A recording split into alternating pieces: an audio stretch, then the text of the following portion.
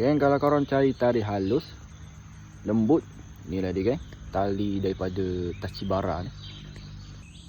Okey geng, dekat tangan aku ni ada satu tali tali pancing daripada Tachi, iaitu Tachibara Force nama dia. Untuk tali ni dia 4 sulam, dia datang dengan 100 meter lah.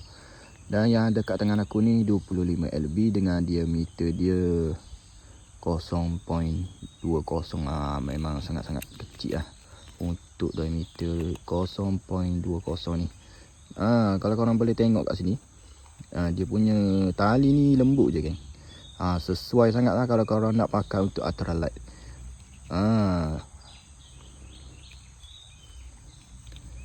Dia ada banyak pilihan color juga geng. Yang akan ambil ni mana hijau lah. Ni hijau geng. Okey geng, kalau korang berminat dengan tali Tachibara Force ni, aku sediakan beg kuning kat bawah.